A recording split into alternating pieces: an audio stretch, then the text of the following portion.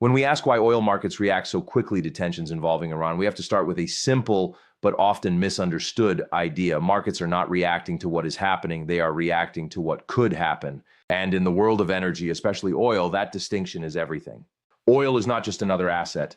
It is the most globally traded, politically sensitive, and strategically important commodity in the world. Because of that, it is uniquely exposed to risk. And when risk enters the picture, markets don't wait for certainty, they price it immediately. This is what we call the geopolitical risk premium, the invisible layer that gets added to oil prices the moment uncertainty increases, right? Now think about what's actually happening in that moment. A news headline breaks, a diplomatic statement is released, military activity increases in a sensitive region. None of these events necessarily disrupt supply in a direct, measurable way, but they change expectations.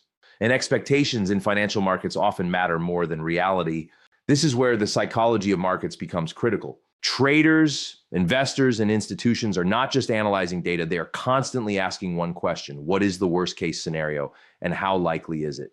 When tensions rise around a country like Iran, that worst case scenario often includes disruption to major oil exports, escalation of regional conflict, or even broader instability in a region that is central to global energy flows. So what do markets do? They price in that risk immediately. And this is not irrational behavior. In fact, it is entirely rational within the framework of how modern markets operate. If you wait for the disruption to occur before adjusting prices, you are already behind. So the system is designed to move early, sometimes aggressively, in anticipation of potential shocks. What makes this particularly powerful is the self-reinforcing nature of the reaction. As prices begin to rise in response to perceived risk, more actors take notice. Analysts revise forecasts, media coverage intensifies, investors reposition portfolios, and suddenly, what began as a response to uncertainty starts to create its own momentum. This is where perception becomes reality. And when it comes to Iran, the stakes are especially high. Iran is not just another country in the oil market. It is a strategic actor situated in one of the most critical energy regions in the world. So its proximity to key shipping routes, combined with its political relationships and military capabilities, means that even a small shift in its geopolitical posture can have outsized effects on global sentiment. But again, what matters most is not just Iran's actual actions, it's how those actions are interpreted. This is a point that Ian Bremmer has emphasized repeatedly in his analysis of global risk. In a world defined by uncertainty, perception often drives outcomes as much as, if not more than, concrete developments. Markets don't operate in a vacuum. They operate in an environment shaped by narratives, expectations, and risk assessments. So when tensions rise, even slightly around Iran, markets don't ask, has supply been disrupted? Watch this. They ask, what is the probability that it could be disrupted? And then they act accordingly. This leads to a deeper insight about how the global system is structured. We often think of markets as being grounded in fundamentals: supply, demand, production levels. And while those fundamentals are important, they are not always the primary driver in moments of stress. In those moments, risk becomes the dominant variable. And risk is inherently forward-looking. This is why oil prices can spike even when current supply remains stable, because the market is not just pricing today's reality, it is pricing tomorrow's possibilities. And when those possibilities include conflict, disruption, or instability, the premium increases. But there is also a philosophical dimension to this that we shouldn't ignore. Modern global markets are built on a foundation of trust that supply chains will function, that agreements will hold, that disruptions will be limited and manageable. But that trust is constantly tested by geopolitical events. And when that trust is shaken, even temporarily, markets respond not with hesitation, but with urgency. Because in a highly interconnected system, hesitation can be costly. So what we see is a system that is both incredibly sophisticated and inherently fragile. It is capable of processing vast amounts of information in real time, yet it is also highly sensitive to signals of instability. A single statement, a single event can trigger a chain reaction that moves billions of dollars in seconds. And that tells us something important about the nature of the world we live in. We are not operating in a system where certainty exists. We are operating in a system where uncertainty is constant. And in that environment, the ability to anticipate, interpret, and respond to risk becomes the defining feature of global markets. But here's the challenge. While markets are designed to respond to uncertainty, societies are not always equipped to handle the consequences of those rapid responses. When prices move quickly, the effects can outpace the ability of individuals, businesses, and even governments to adapt. That gap between financial reaction and real-world adaptation is where pressure builds. And that pressure over time can reshape economic behavior, political decisions, and even social stability. So when we ask why oil markets react instantly to Iran tensions, the answer is not just technical, it's structural. It's about how a system built on interconnection responds to uncertainty. It's about how expectations drive behavior. And it's about how, in a world defined by risk, the anticipation of disruption can sometimes be as powerful as the disruption itself. Because in the end, the market is not just pricing oil, it's pricing fear. And if the first driver of market reaction is perception, then the second is something far more tangible, but no less fragile: geography. So, because when we talk about Iran, we're not just talking about political tensions, we're talking about location. And in global energy markets, location can determine everything. There are very few places in the world where geography and global power intersect as intensely as they do in the Strait of Hormuz. This narrow waterway is one of the most important choke points on the planet, and its significance cannot be overstated. A substantial portion of the world's oil supply passes through it every day. That means millions of barrels flowing consistently, forming the backbone of global energy stability. Now consider how much confidence that system requires. The Strait of Hormuz is not wide. It is not deeply fortified by distance or redundancy. It is, in many ways, the opposite of what we would design if we were trying to build a safe global energy corridor. And yet it is essential. This is the paradox at the heart of the modern energy system. We rely on routes that are efficient but not necessarily resilient, and that's where vulnerability enters the picture. When tensions rise in or around Iran, the market doesn't need to see an actual disruption to react. It only needs to recognize that disruption is possible. Because the stakes are so high, even a small increase in perceived risk can have a large impact on pricing. Traders begin to ask, what if shipping is delayed? What if naval activity increases? What if access is restricted, even temporarily? These are not far-fetched questions. They are rational, scenario-based assessments of risk. And in a system that depends on uninterrupted flow, even a temporary slowdown can have significant consequences. This is where the psychology of vulnerability becomes critical. The more concentrated a system is, the more sensitive it becomes to disruption. And the global oil system is highly concentrated, not just in terms of production, but in terms of transit. A large share of global supply is funneled through a small number of key points. And when those points are exposed to geopolitical tension, the entire system becomes more reactive. Now, think about what this means from a market perspective. If you are a trader, a fund manager, or even a policymaker, you are constantly evaluating not just what is happening, but where it is happening. Because geography adds weight to risk. A disruption in one region might be manageable. A disruption in a choke point like Hormuz is something entirely different. And markets understand that. This is why even rumors, unverified, incomplete, sometimes speculative, can move prices. Because the location of the risk matters as much as the reality of the event. A potential threat to a major shipping route carries more weight than a confirmed issue in a less critical area. This is also where we begin to see the limitations of efficiency-driven systems. For decades, globalization has optimized for speed, cost, and scale. Supply chains have been streamlined. Just-in-time delivery has minimized storage costs. Shipping routes have been designed to maximize efficiency. But in doing so, we've reduced redundancy. We've created systems that are incredibly productive, but also highly sensitive to disruption. And in that context, choke points like the Strait of Hormuz become even more important because they are not just routes, they are dependencies. What Ian Bremmer often highlights is that global systems today are defined by this tension between efficiency and resilience. The more efficient a system becomes, the more fragile it can be under stress. And when that system depends on a few critical nodes like major oil transit routes, the entire structure becomes vulnerable to shocks at those points. So when tensions rise around Iran, the market is not just reacting to a country, it is reacting to a system that depends on uninterrupted flow through narrow, exposed corridors. And this brings us to an important point about human behavior in times of uncertainty. When systems become fragile, actors begin to think more defensively. Governments consider contingency plans. Companies evaluate alternative routes. Traders adjust their exposure. Everyone begins to think in terms of risk mitigation. But here's the challenge. Alternatives are often limited. You can't easily reroute global oil flows without significant cost, infrastructure, and time.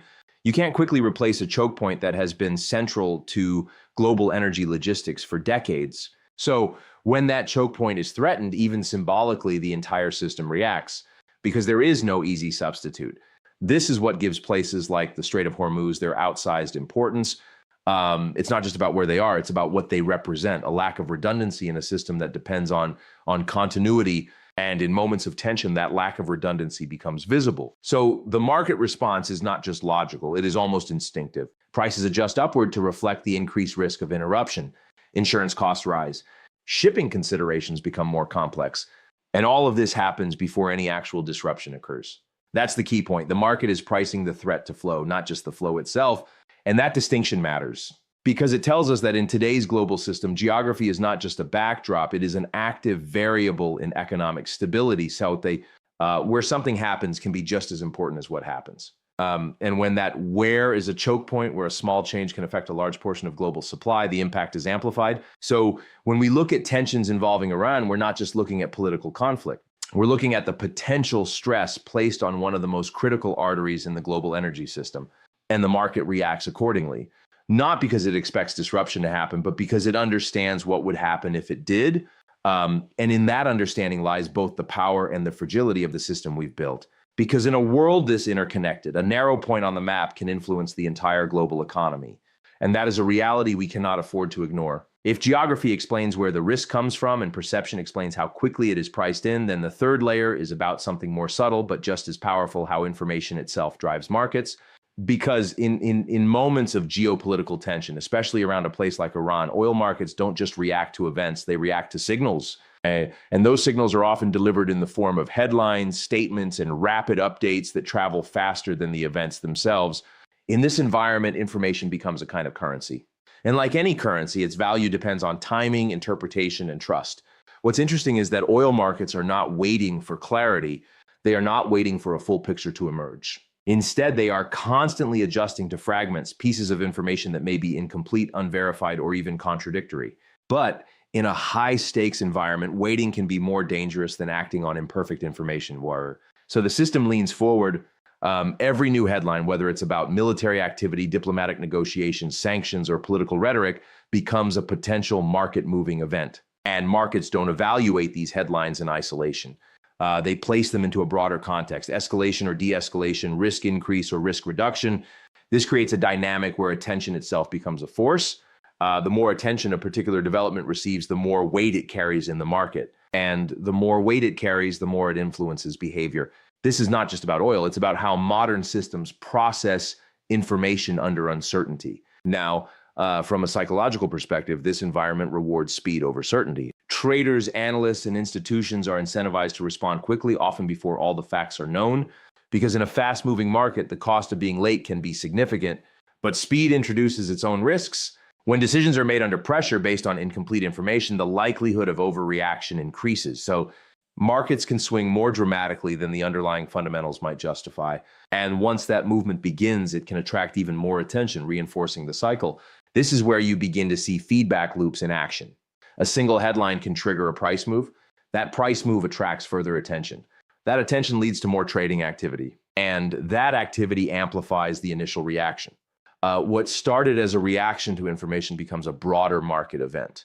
And this process can unfold in minutes. This is one of the defining features of modern financial systems. They are incredibly fast, but that speed comes with a trade-off. It increases sensitivity to noise, and in a geopolitical context, noise is abundant.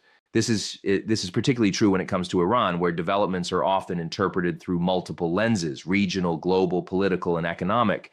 A single event can carry different meanings depending on how it is framed, and those frames matter because markets don't just respond to facts, they respond to narratives. And narratives are shaped by how information is presented, how it is repeated, and how it is understood. A headline that suggests escalation will have a very different impact than one that suggests containment, even if the underlying facts are similar. This is where the role of media and communication becomes critical.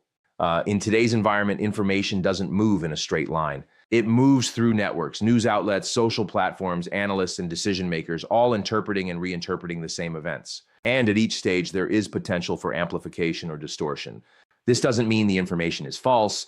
It means that its impact is shaped by how it is perceived, and perception once again becomes the driving force. What Ian Bremmer often points out is that we are operating in a world where geopolitical risk is not just a background condition, it is a constant presence. And in such a world, the flow of information becomes a critical part of how markets function. Not just because it informs decisions, but because it shapes expectations in real time. This leads to a broader philosophical insight. In the past, markets relied more heavily on delayed information. There was time for reflection, for analysis, for confirmation. Today, that time has been compressed. Information is instantaneous. And with that immediacy comes a different kind of pressure, the pressure to interpret and act quickly, but interpretation is not neutral. It is influenced by context, by prior beliefs, by risk tolerance, and in a tense geopolitical environment, those interpretations tend to skew toward caution. Markets are more likely to assume risk than to dismiss it. So when a headline emerges involving Iran, the question is not just what happened, it is what could this lead to? And that forward-looking mindset is what drives immediate reactions. But there is another layer to this. Uncertainty itself can be destabilizing. When markets lack clarity, they don't become inactive. They become more reactive. Every new piece of information has the potential to shift expectations. And when expectations are shifting rapidly, prices follow. This creates an environment where volatility is not just a byproduct, it is a feature. And volatility, while often seen as negative, is actually a reflection of how information is being processed. It signals that the system is actively responding to new inputs. But it also signals that the system is sensitive, that it can move quickly in either direction based on the next signal. So when we say that oil markets react instantly to Iran tensions, what we are really describing is a system that is constantly listening, constantly evaluating, and constantly adjusting to the flow of information. And that responsiveness is both its strength and its vulnerability. Because in a world where headlines can move markets and markets can influence economies, the flow of information becomes a form of power. And how that power is used, how information is communicated, interpreted, and acted upon will shape not just market outcomes, but the broader trajectory of global stability. In the end, it's not just about what is happening. It's about what people believe is happening and what they believe might happen next. If perception drives the initial reaction and geography defines the vulnerability and information accelerates the response, then the final layer brings everything together, the interconnectedness of the global system itself. Because oil markets don't exist in isolation. They sit at the center of a web that links currencies, inflation, growth expectations, and political stability. And when tensions rise, especially involving a key player like Iran, that web begins to vibrate almost instantly. To understand why oil markets react so quickly, you have to understand that oil is not just a commodity, it is a foundational input. It sits underneath almost every major economic activity.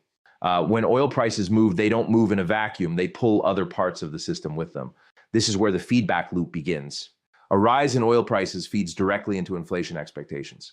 Transportation costs go up, production becomes more expensive, goods move through supply chains at a higher cost. And as those costs rise, consumers begin to feel pressure. That pressure changes behavior, spending slows, confidence weakens, and in response, markets begin to adjust their expectations for growth. So what starts as a geopolitical signal quickly becomes an economic one. And that signal travels across multiple channels simultaneously. Equity markets respond to inflation concerns, bond markets adjust to changing interest rate expectations, currency markets react to shifts in energy costs, particularly for countries that are heavily dependent on oil imports or exports. In many cases, even the US dollar becomes a central reference point because oil is largely priced in dollars, creating another layer of linkage. This is what makes the system so sensitive. Everything is connected. And when everything is connected, a disturbance in one area does not remain isolated. It propagates. What we are seeing in moments of Iran-related tension is not just a reaction in oil markets. It is a coordinated reaction across the global financial system. Each market is interpreting the same underlying signal through its own lens, but all are responding to a shared sense of uncertainty. This is where the concept of systemic risk becomes important. Systemic risk is not about a single failure. It's about how multiple components of a system interact under stress. In a tightly connected system, small shocks can have large consequences because they are transmitted through these connections. And oil sits at a critical junction within that system. Now, consider the psychological dimension again. In a stable environment, market participants can afford to focus on long-term fundamentals. But in a volatile environment, especially one shaped by geopolitical risk, short-term considerations begin to dominate. The priority shifts from growth to protection, from opportunity to risk management. This shift in mindset changes behavior. Investors become more cautious. Capital flows may slow or redirect. Companies may delay investments or expansion plans. Governments may reconsider policy decisions in light of changing economic conditions. And all of these adjustments feed back into the broader system, reinforcing the initial movement. This is not just economics, it's behavior under pressure. And pressure, in this context, spreads quickly because of interdependence. What Ian Bremmer often emphasizes is that we are living in a world where no single actor can fully control the system, but many actors can influence it. And that creates a situation where coordination becomes more difficult, especially during periods of stress. When markets are calm, coordination is easier. Expectations are stable.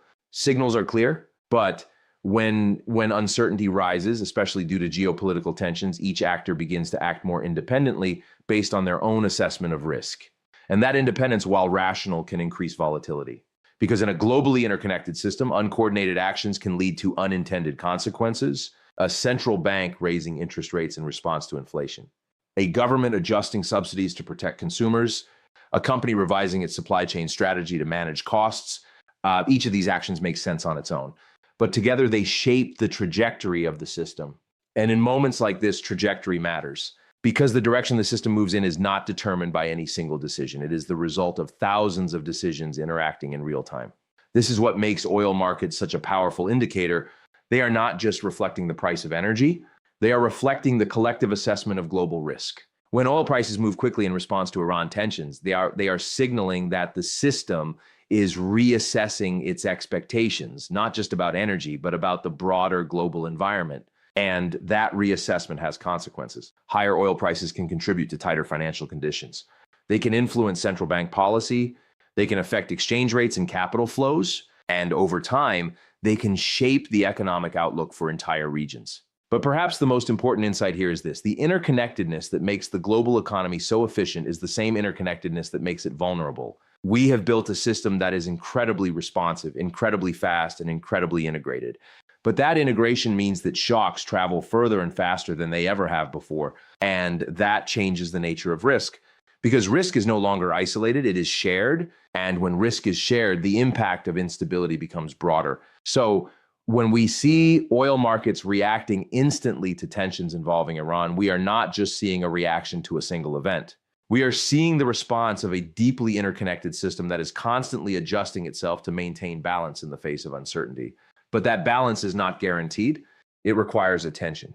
It requires foresight, and it requires a willingness to recognize that in a system this interconnected, no event is truly local. Because when oil moves, everything moves with it. And understanding that is not just important for markets. It is essential for understanding the world we live in.